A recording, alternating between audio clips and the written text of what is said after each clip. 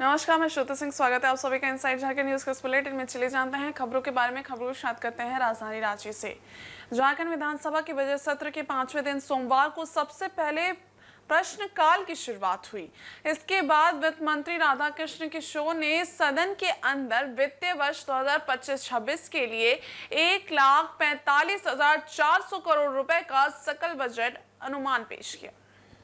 पेश किए गए बजट को अगवा बजट नाम दिया गया है, जो पिछले वित्तीय वर्ष 2024-25 के मुकाबले 13% अधिक है। वित्त मंत्री ने बताया कि बजट में प्रावधानित सकल राशि को विभिन्न प्रक्षेत्रों के दृष्टिकोण से बांटा गया है। सामान्य प्रक्षेत्र के लिए 37,08,084.36 करोड़ रुपए, सामाजिक प्रक्षेत्र के लिए 62,08,040.45 करोड़ रुपए और आर्थिक प्रक्षेत्र के लिए 44,06,075.19 करोड़ रुपए उपबंधित किए गए हैं। इसके अलावा वित्त मंत्री ने बताया कि इस बजट में राज्य को अपने कर राजस्व में 35,200 करोड़ रुपए और गैर कर राजस्व में 25,08,056.12 करोड़ रुपए की प्राप्ति होने का अनुमान है। इस प्रस्तावित बजट के जरिए राज्य सरकार की प्राथमिकता क्षेत्रों में शिक्षा, स्वास्थ्य, बुनियादी ढांचा, सामाजिक कल्याण और आर्थिक विकास पर ध्यान केंद्रित करने की योजना है। महोदय, मैं आपके माध्यम से सदन को यह बताना चाहूंगा कि हमारे पांव जमीन पर मजबूती से टिके और विकास के आसमान को छूने का हौसला भी हम रखते हैं। इसी विश्वास के साथ मैं सदन के समक्ष वित्तीय वर्ष 2025-26 के लिए 1,45,400 करोड़ रुपए का सकल बजट अनुमान प्रस्तुत कर रहा हूं, जो गत वर्ष से लगभग 13% अधिक है। मान्यवर, वित्तीय वर्ष 2025-26 में राजस्व व्यय के लिए 1,10,636 करोड़ 70 लाख रुपए प्रस्तावित है, जो गत वर्ष से 20.48% अधिक है। पूंजीगत व्यय अंतर्गत गत वर्ष के पुनरीक्षित बजट पर 7.81% वृद्धि के साथ 34,763 करोड़ 30 लाख रुपए का प्रस्ताव। बजट में प्रावधानित सकल राशि को यदि प्रक्षेत्र के दृष्टिकोण से देखा जाए तो सामान्य प्रक्षेत्र के लिए, कॉमन सेक्टर के लिए 37,884 करोड़ रुपए 36 लाख रुपए, सामाजिक प्रक्षेत्र के लिए, सोशल सेक्टर के लिए महोदय 62,840 करोड़ 45 लाख रुपए तथा इकोनॉमिकल सेक्टर के लिए महोदय 44,675 करोड़ 19 लाख रुपए का उपबंध किया गया है। सकल बजट अनुमान पेश किए जाने के बाद वित्त मंत्री ने एक संवाददाता सम्मेलन को संबोधित किया। उन्होंने कहा कि बजट में सरकार का फोकस कल्याणकारी योजनाओं और ग्रामीण क्षेत्रों पर है। झारखंड सरकार केंद्र से अपना पैसा लेकर रहेगी। उन्होंने कहा कि केंद्र का बकाया पैसा नहीं मिलने की वजह से विकास कार्य सुस्त पड़ जा रहे हैं। इस बजट में कृषि एवं संबंध प्रक्षेत्र, ग्रामीण विकास, जल संसाधन, पंचायती राज, महिला बाल विकास एवं सामाजिक सुरक्षा, शिक्षा प्रक्षेत्र, स्वास्थ्य, चिकित्सा शिक्षा एवं सामाजिक कल्याण, पेयजल एवं स्वच्छता, वन पर्यावरण एवं जलवायु परिवर्तन, पथ निर्माण योजना एवं विकास आदि प्रक्षेत्रों पर बजट पर विशेष ध्यान रखा गया है। महोदय, इस वर्ष 2023-24 और 2029-30 के बीच प्रति वर्ष 14.2% की औसत वृद्धि सुनिश्चित करके झारखंड को 2030 तक 10 ट्रिलियन रुपए की अर्थव्यवस्था बनाने का लक्ष्य हासिल किया जा सकता है, जिस पर हमारी सरकार आगे चल रही है। महोदय, झारखंड का विकास दर अब तक उक्त लक्षित विकास दर 14.2% से कुछ ही कम रहा है।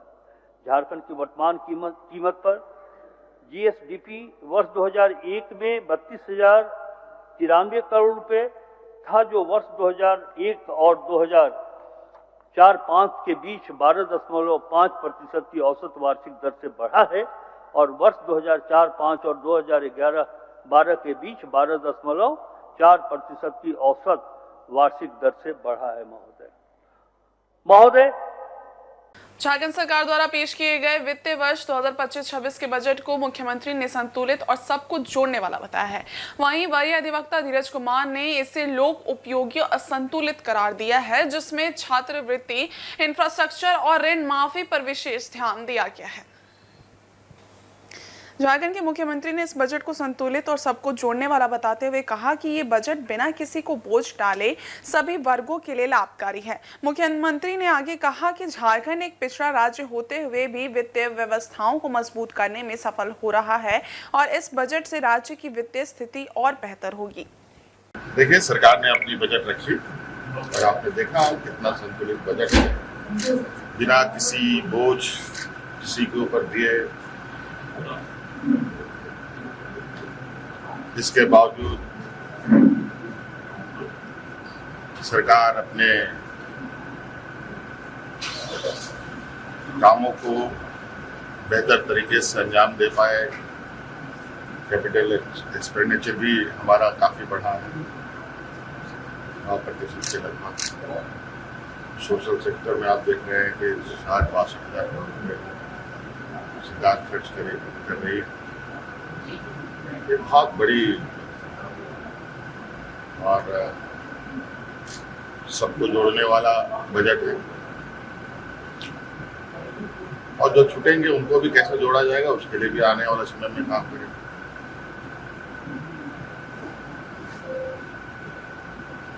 झारखंड एक पिछड़ा राज्य होते हुए भी अपने वित्तीय व्यवस्थाओं को आए दिन मजबूती प्रदान कर रहा है और आज ही किसी अखबार में हमने पढ़ा है कि वित्तीय व्यवस्था हमारे राज्य की, देश के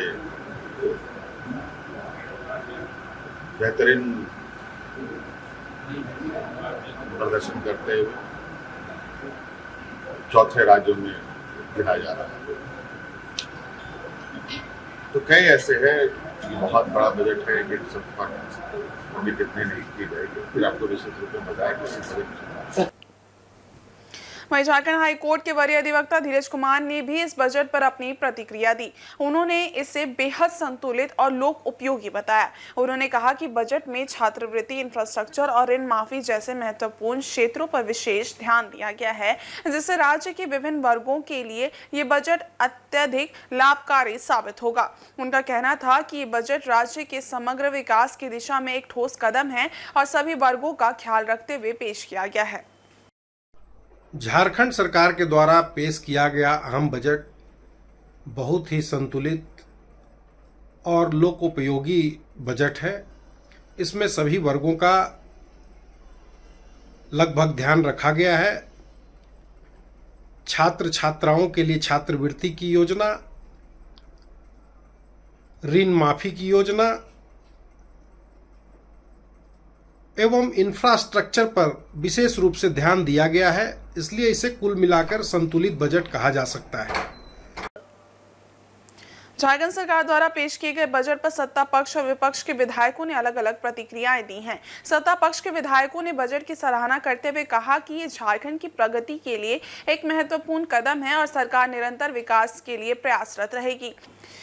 वहीं विपक्षी विधायकों ने इसे खोदा पहाड़ निकली चूहिया की कहावत से जोड़ते हुए आरोप लगाया कि बजट में बेरोजगार युवाओं के लिए कोई विशेष प्रावधान नहीं है। उसमें ही पहली बार ऐसा हुआ कि हम लोगों ने 1 लाख करोड़ का बजट जो है सदन के पटल पे रखा और बहुत अच्छे वित्तीय प्रबंधन से राज्य को चलाने का काम किया। हमने जिन योजनाओं को शुरू किया है उसको पूर्ण करने पर भी हम लोगों का काम रहा। सर्वजन पेंशन जैसी ऐतिहासिक योजना शुरू हुई, कल्याणकारी योजना, वो आज धरातल पर है। अबुआ आवास का निर्माण तेज़ी से प्रगति पर है।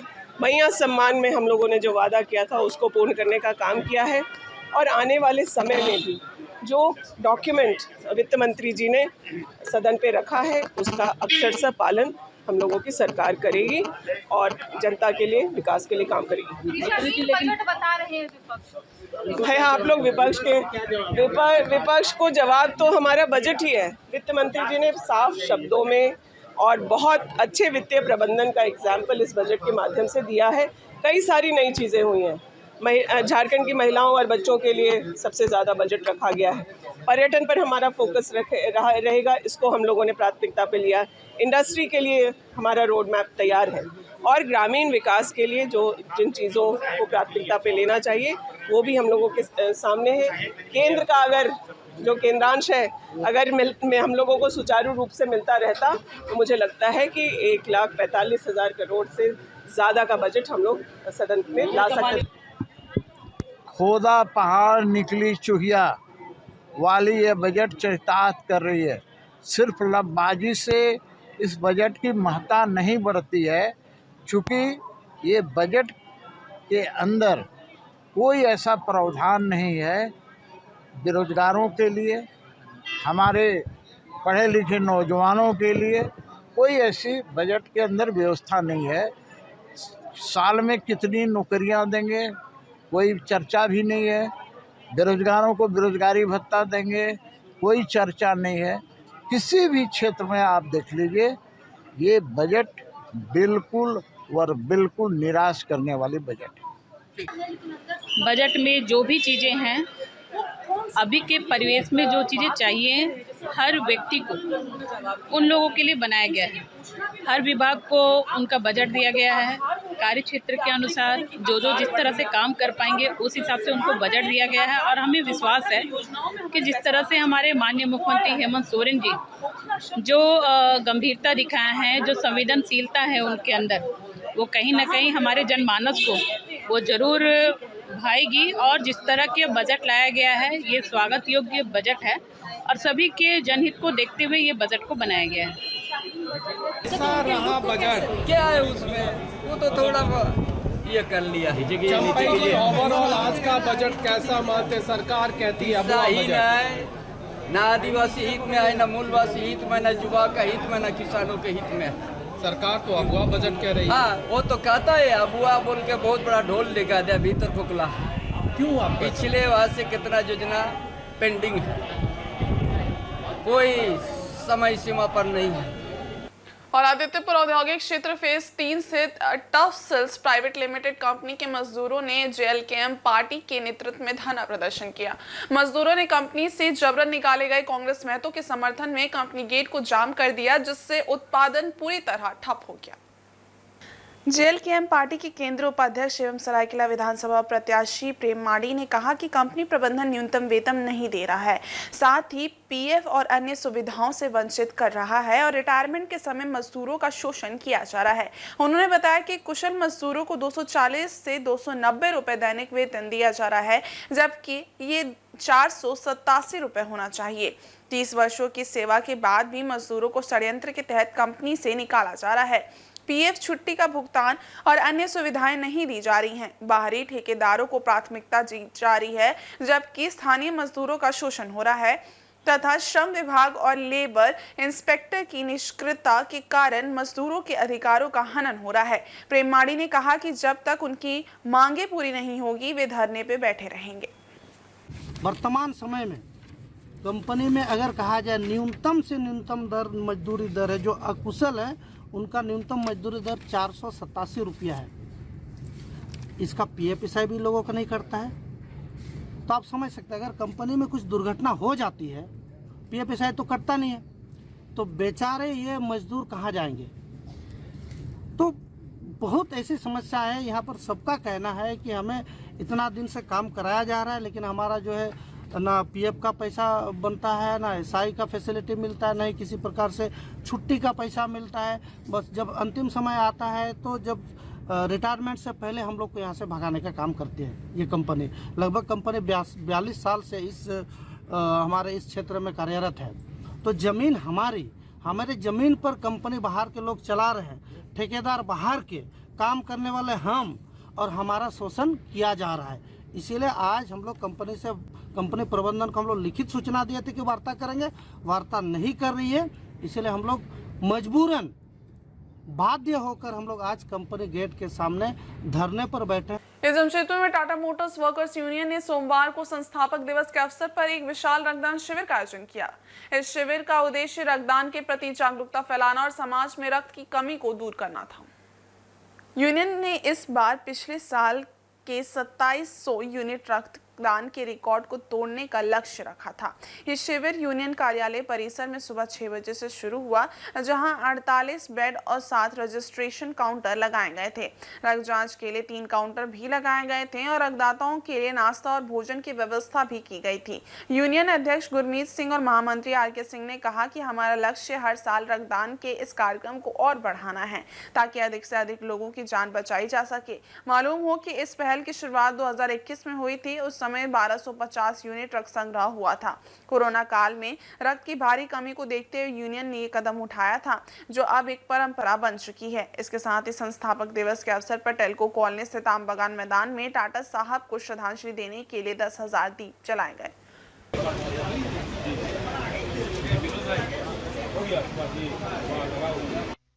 टाटा ग्रुप के संस्थापक जमशेद जी नौशेरवान जी टाटा के जन्म दिवस पर जमशेदपुर लव नगरी के सारे लोगों को बधाई, शुभकामनाएं। और ये जो रक्तदान है 4थी बार हम लोगों का चल रहा है और पिछली बार 27 से हुआ था। इस बार कोशिश है कि पहले से और ज्यादा हो और मैं अपने तरफ से पूरे रक्तदाताओं को धन्यवाद दूंगा जो हम लोग ये शुरुआत करते हैं, उनमें उनका बहुत सपोर्ट रहता है। मेरी तरफ से सारे रक्तदाताओं को बहुत बधाई और शुभकामनाएं। आज संस्थापक दिवस के अवसर पर टाटा मोटर्स वर्कर्स यूनियन के द्वारा विगत 5 वर्षों से हम लोग ब्लड डोनेशन के क्षेत्र में आयोजन कर रहे हैं और निरंतर शहरवासियों के लिए ब्लड की कमी नहीं हो, टाटा मोटर्स वर्कर्स यूनियन ने सुनिश्चित करती है। और पहले साल में हम लोग 1272 बोतल डोनेशन किए थे और पिछले साल 2701 दिन में रक्त संग्रह हुआ था, जो पूरे भारतवर्ष में हमको लगता है कि नंबर 1 होगा।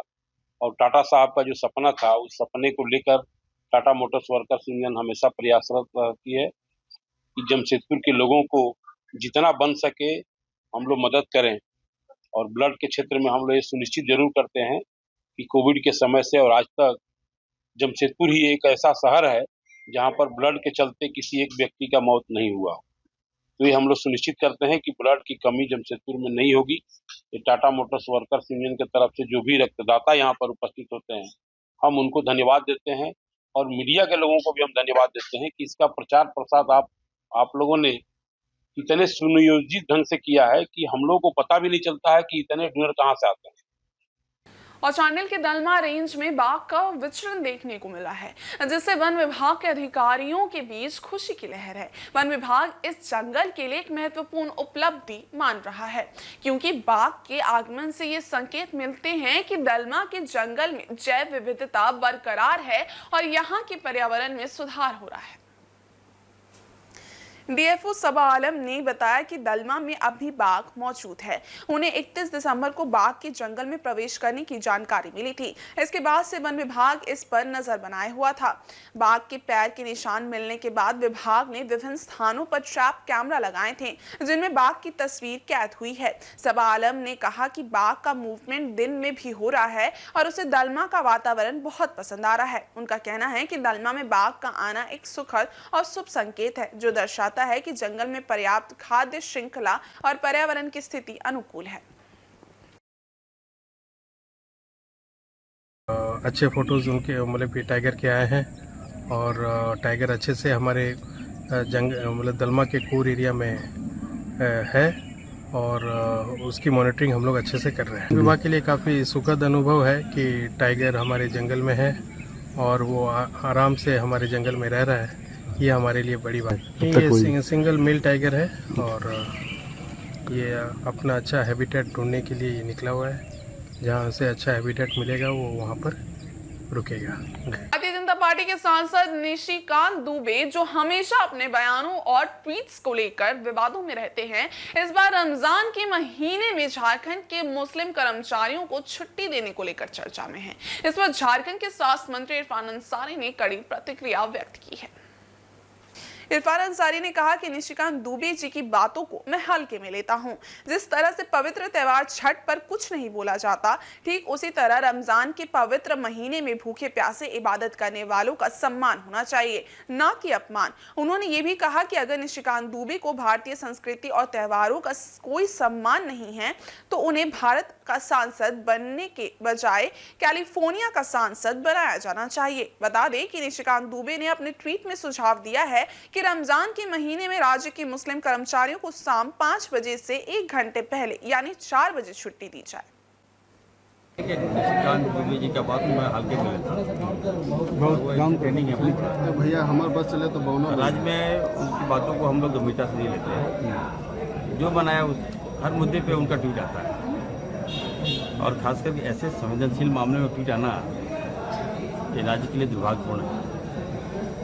रमजान जो है, जिस तरह से हम लोग छठ मनाते हैं ना, पवित्र त्यौहार छठ होता है, छठ में आप कुछ बोल नहीं सकते हैं, अशब्द बोल नहीं सकते हैं। अगर गलत कीजिएगा तो साथ ही साथ आपको सूर्य मैया जो है आप आहित कर देगी। उसी प्रकार हमारा रमजान है, 1 महीना रोज़ा रखते हैं, भूखे प्यासे इबादत करते हैं। उस पर्व का सम्मान होना चाहिए, ना कि अपमान। तो कहीं ना कहीं देखिए, उनको छूट है, बोलें, इस पर मैं ज़्यादा टिप्पणी नहीं करूँगा। हम तो कहेंगे कि वो, मैंने सांसद को बहुत देखा, लेकिन इसके तरफ विद्वान सांसद मैंने आज तक नहीं देखा। बहुत जानकार है उनको। और फिर से मैं कहूँगा कि निशिकांत जी का जो स्थान भारत नहीं है, कैलिफोर्निया के सांसद बनाया जाए, नॉमिनेट किया जाए। झारखंड मुक्ति मोर्चा के केंद्रीय महासचिव और प्रवक्ता सुप्रिया भट्टाचार्य ने पार्टी कार्यालय में आयोजित एक सम्मेलन को संबोधित करते हुए राज्य विधानसभा के आगामी बजट सत्र पर टिप्पणी की। उन्होंने कहा कि ये पहला मौका होगा जब झारखंड विधानसभा में विपक्ष के नेता के बिना बजट पेश किया जाएगा।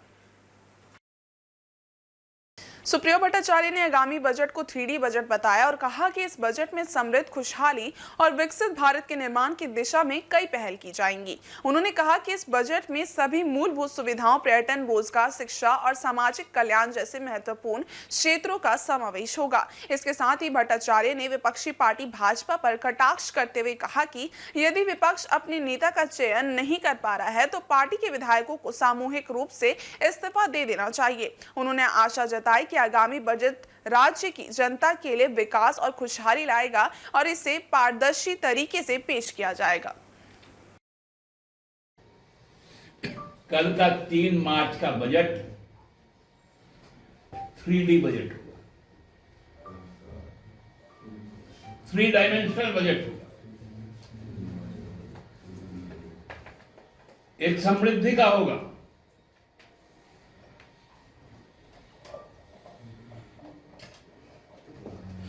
एक खुशहाली का होगा और एक विकसित झारखंड का।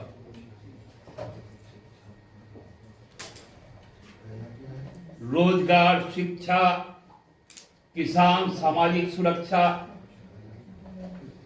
स्वास्थ्य, पर्यटन,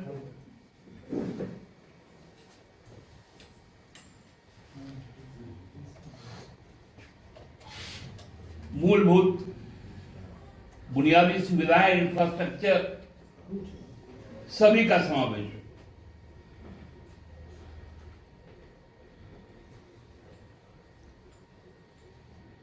आज भी समय,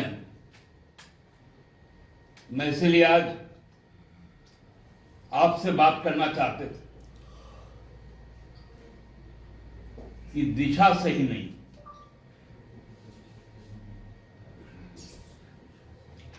लोकतंत्र में ये चीजें नहीं होनी चाहिए।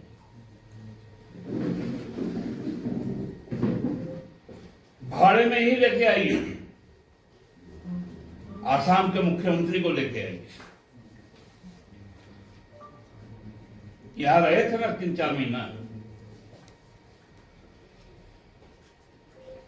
तो यहां रहे, वही किसी न किसी सदन के तो नेता हैं, वही आ जाए।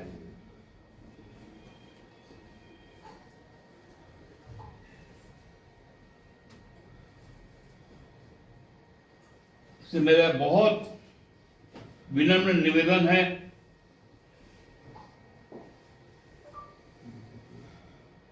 कि कल जब बजट पेश हो उसके पूर्व नेता विपक्ष जरूर वहां पर। टाटा समूह के संस्थापक जमशेदजी नसरवान जी टाटा की जयंती 3 मार्च को है। रविवार को जमशेदपुर के जुबली पार्क की विशेष विद्युत सज्जा की शुरुआत भव्य अंदाज में हुई। टाटा सन्स के चेयरमैन एन चंद्रशेखरन ने बटन दबाकर जैसे ही लाइटिंग का उद्घाटन किया, पूरा पार्क और शहर रोशनी से नहाकर जगमगा उठा। इस ऐतिहासिक पल के गवाह बनने के लिए टाटा समूह और शहर के कई गणमान्य लोग मौजूद थे। जुबली पार्क की खूबसूरत लाइटिंग का दीदार लोग 3 मार्च से 5 मार्च तक कर सकेंगे। शाम 5 बजे से रात 10 बजे तक पैदल घूमने की सुविधा है, जबकि रात 10 से 11 बजे तक गाड़ियों से पार्क का भ्रमण किया जा सकता है।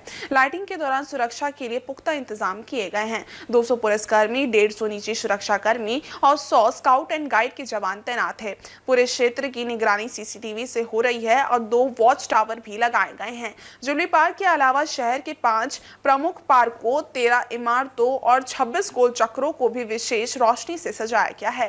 जुबली पार्क की लाइटिंग के साथ ही इन सभी स्थानों पर भी विद्युत सज्जा शुरू हो गई है, जिसने पूरे जमशेदपुर को रोशन कर दिया है। 10 मिनट में हट जाओगे लाइन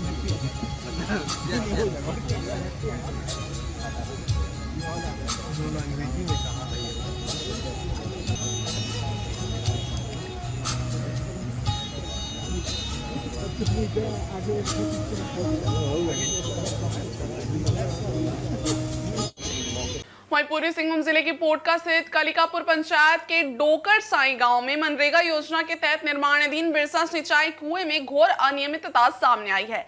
इस मामले में लाभुक त्रिलोचन पाटबंधिया ने जमशेदपुर उपायुक्त को एक पत्र भेजकर शिकायत की है।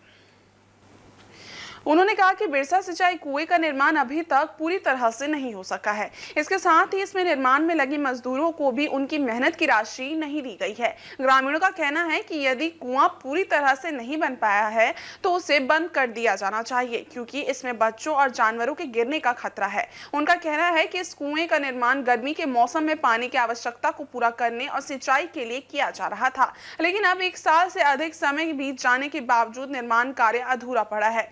बारिश का मौसम आने वाला है और कुएं का निर्माण अब तक पूरा नहीं हो पाया है। ग्राम प्रधान सोनाराम भूमिज ने भी इस मुद्दे पर चिंता जताई है। उन्होंने कहा कि मजदूरों को उनकी मेहनत की मजदूरी न मिलना बेहद दुर्भाग्यपूर्ण है। कुएं को 35 फीट गहरा किया जाना था, लेकिन अब तक केवल 15 फीट ही खुदाई हो पाई है और कुआं धीरे धीरे बढ़ता जा रहा है। ये स्थिति गंभीर अनियमितता को दर्शाती है। ग्राम प्रधान ने मामले की जांच कर दोषियों पर कड़ी कार्रवाई की मांग की है। स्थानीय लोगों और मजदूरों का कहना है कि अगर जल्दी ही इस मामले में कार्रवाई नहीं की जाती तो न केवल कुएं का निर्माण अधूरा रहेगा, बल्कि आम जनता के लिए भी खतरे का कारण बन सकता है। अभी तो जो लेबर लोग, मजदूर जो है, बहुत सारा कभी 20-25 दिन तो काम किया हुआ है। किसी का पास 6 दिन, 7 दिन, 8 दिन का पैसा आया हुआ है, लेकिन कुछ जो मजदूर है उसका अभी तक नहीं आया है। तो मेरा कहना है कि मजदूर को पैसा मिले और जो कुआं 2024 का जो पास हुआ है उसका 35 फीट जो है उसका पूरा हो और लेबर को भी पैसा मिले।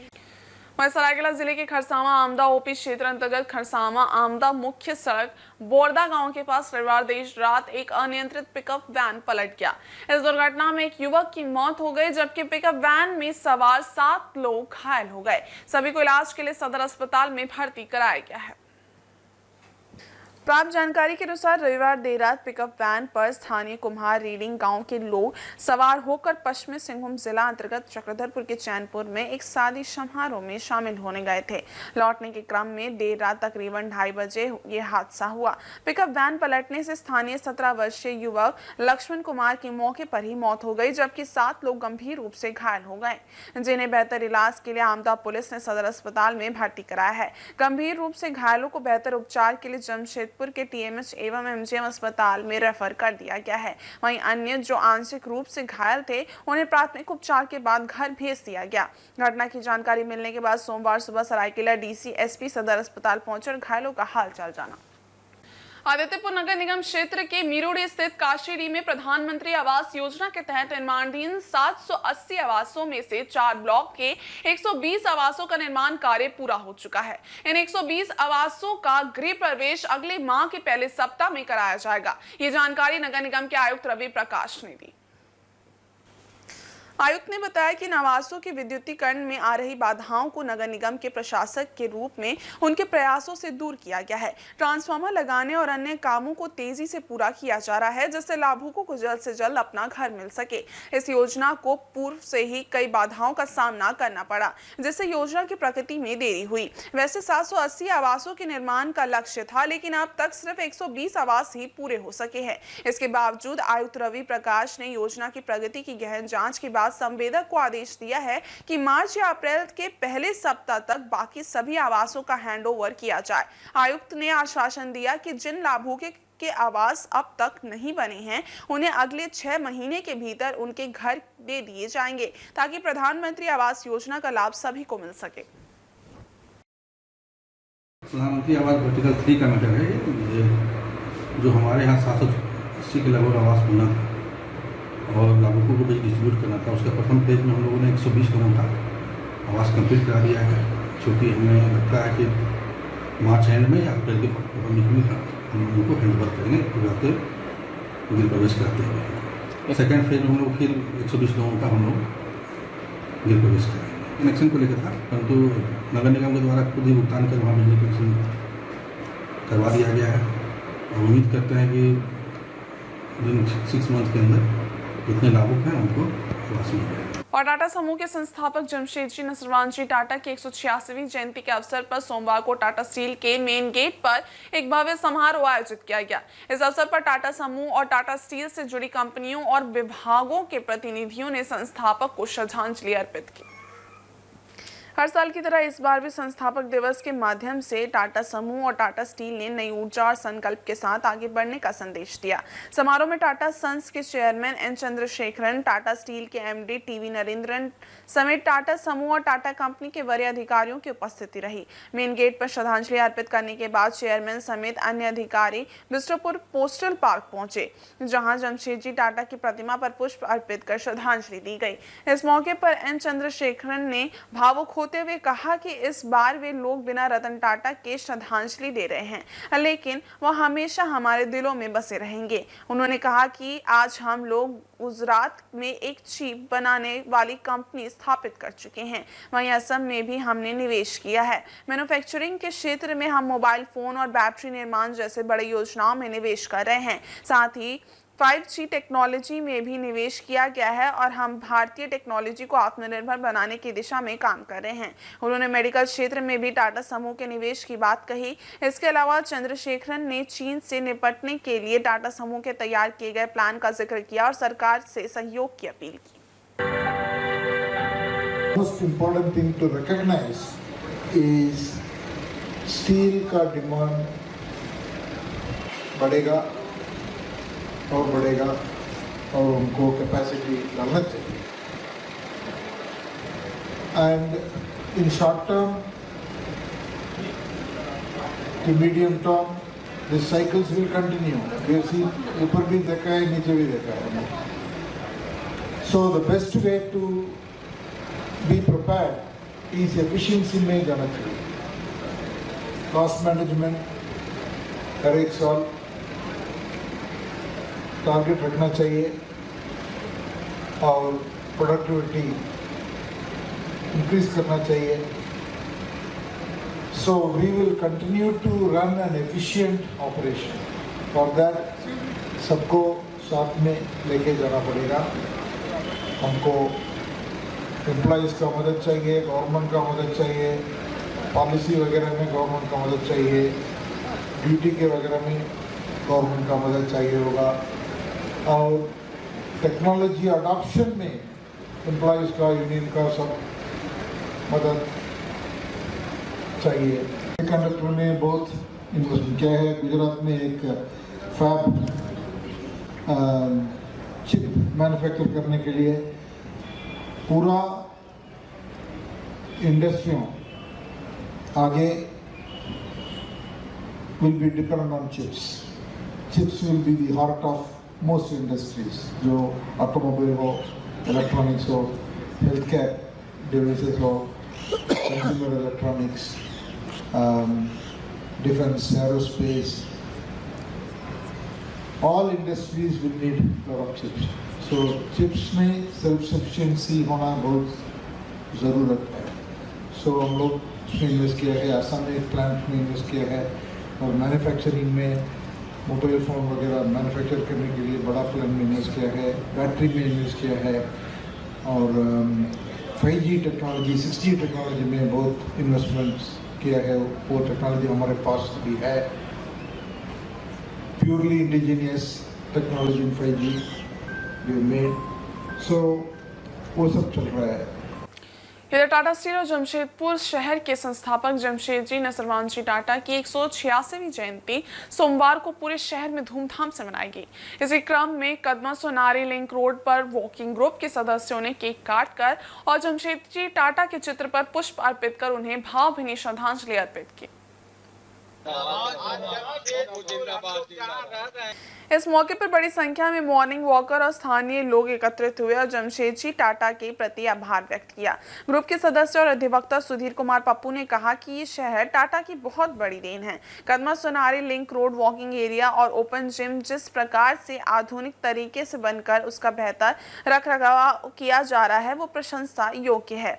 उन्होंने टाटा कंपनी से एक और अनुरोध किया कि महिलाओं और अन्य लोगों के लिए एक टॉयलेट की सुविधा सुनिश्चित की जाए जिससे शहरवासियों को अधिक सहूलियत मिल सके। उन्होंने टाटा मेमोरियल हॉस्पिटल की स्वास्थ्य सुविधाओं को और बेहतर बनाने तथा रोजगार के क्षेत्र में कंपनी को और अधिक पहल करने का भी निवेदन किया। इस मौके पर वॉकिंग ग्रुप के सदस्य और अन्य लोग उपस्थित थे जिन्होंने जमशेदजी नसरवानजी टाटा के योगदान को याद करते हुए उन्हें श्रद्धांजलि अर्पित की। लिंक रोड वॉकिंग ग्रुप जो हमारी है जिसमें बुजुर्ग बच्चे लोग भी हैं, सभी लोगों के आयोजन के यहाँ पर संस्थापक दिवस होने कारण टाटा जी का जमशेदजी नसरवानजी का टाटा जी का जन्मदिन मनाया गया और सभी लोग ने संयुक्त रूप से केक काटकर शहरवासियों को लोगों के लिए बधाई दी। टाटा प्रबंधन से जिस प्रकार टाटा का एक पॉलिसी था लोगों के लिए रोजगार करना, व्यवसाय करना, उसी से चाहेंगे टाटा प्रबंधन से पुनः फिर से टाटा शहर में रोजगार की जो कमी हो रही है उसको पूरा करेगी। टाटा प्रबंधन से सबसे पहले TMH अस्पताल से ज़्यादा आशा है लोगों को कि शहर में अच्छे से इलाज हो, लोगों को बाहर ना जाना पड़े। और अभी टाटा स्टील के द्वारा पार्क वार्क जो बच्चों को खेल कूद का बनाया जा रहा है उसको विस्तार रूप से और अच्छे से करें। और जो टाटा स्टील ने लिंक रोड हम लोग को दिए वॉकिंग ग्रुप को एक अच्छा जो हम लोग बहुत उनके पास तहे दिल से स्वागत करते हैं। और आज के इस बुलेटिन में बस इतना। हम कल फिर हाजिर होंगे कुछ और नई खबरों के साथ। तब तक के लिए देखते रहिए इनसाइड झारखंड न्यूज़। धन्यवाद।